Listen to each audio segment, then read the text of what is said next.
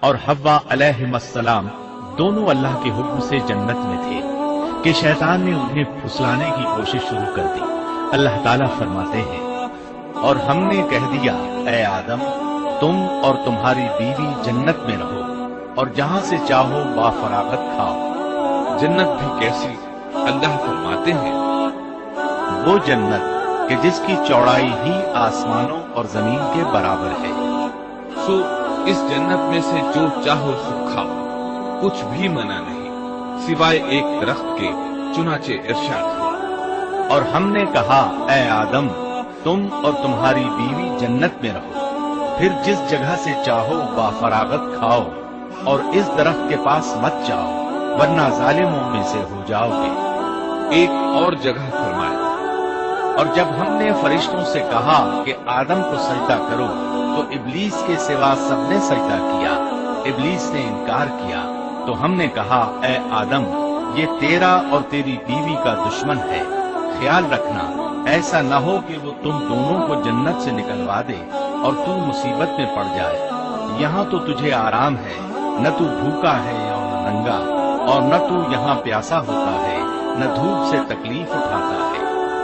اللہ نے آدم علیہ السلام کو کامل نعمتوں سے نوازا، بھوک نہ پیاس، یہاں تک کہ پیاس کے اسباب سے بھی محفوظ، نہ گرمی اور نہ دھوپ، پھر بے انتہا حسن و جمال، مشقت نہ تکلیف، بدبختی نہ بدقسمتی۔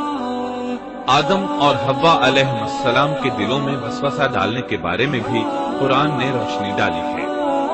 پھر شیطان نے ان دونوں کے دلوں میں وسوسہ ڈالا۔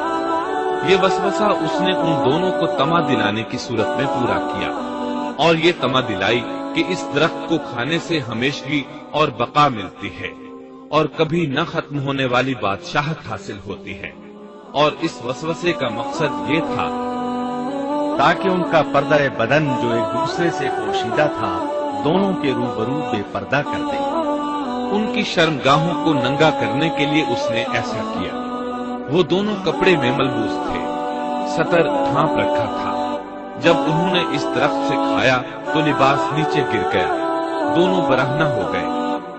یہی شیطان چاہتا تھا کہ انہیں برہنہ کر دے، اللہ کی نافرمانی پر اکسائے۔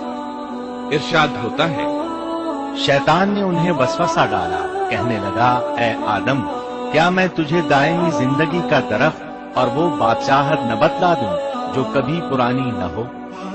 جب تم اس درخت سے کھاؤ گے تو ہمیشہ زندہ رہنے والے بن جاؤ گے اور زبردست بادشاہت حاصل کر لو گے۔ اس نے یہ تمنا بھی دلائی، تمہارے رب نے تم دونوں کو اس درخت سے اس لیے منع کیا ہے کہ تم دونوں فرشتے نہ بن جاؤ یا ہمیشہ زندہ رہنے والے نہ بن جاؤ۔ یعنی تم اس درخت سے کھا لو گے تو فرشتے بن جاؤ گے اور ہمیشہ قائم دائم رہو گے۔ پھر وہ وسوسہ ڈالتے ہوئے جھوٹی قسمیں کھانے لگا، جیسا کہ ارشاد ہوتا ہے، اور ان دونوں کے روبرو قسمیں کھانے لگا کہ یقین آ جائے میں آپ کا خیر خواہ ہوں۔ اللہ کی قسم کھانے لگا، اور اس وقت سے جھوٹی قسموں کی ابتدا ہوئی۔ اس نے ان دونوں کو فریب دے کر بہکا لیا، جیسا کہ فرمایا، یعنی دھوکے سے انہیں پھسلایا، حالانکہ انہیں کسی چیز کی کمی نہیں تھی۔ بھلا وہاں کیا محتاجی ہو سکتی تھی؟ جنت میں سکون سے زندگی بسر کر رہے تھے، جنت سے بڑھ کر کیا چاہیے؟ ہمیشہ کے لیے جنت مل چکی تھی۔ اللہ تعالیٰ فرماتے ہیں، ان دونوں نے جب درخت کو چکھا دونوں کا پردہ بدن ایک دوسرے کے روبرو کھل گیا، دونوں اپنے بدنوں پر درختوں کے پتے جوڑ جوڑ کر رکھنے لگے۔ کپڑے اترنے پر دونوں کو حیا آئی، اس لیے کہ انسان کی فطرت میں برہنہ ہونے کی ناپسندیدگی شامل ہے۔ برہنہ ہو گئے تو کوئی لباس نہیں تھا، اس لیے درختوں کے پتے جوڑ کر جسم ڈھانپنے لگے۔ حدیث میں آیا ہے، آدم بھاگنے لگے تو اللہ نے پکارا، آدم مجھ سے بھاگتے ہو؟ آدم بولے، اللہ میں شرم کی بنا پر بھاگ رہا ہوں، اور اس وجہ سے کہ تیرے سامنے برہنہ کیسے رہوں، پھر یہ کہ نافرمانی کا ارتکاب بھی کر چکا ہوں۔ یہاں ایک سوال پیدا ہوتا ہے، دونوں میں سے پہلے کھانے والا کون تھا؟ اس بارے میں راجح قول یہ ہے کہ وہ حوا علیہ السلام تھی۔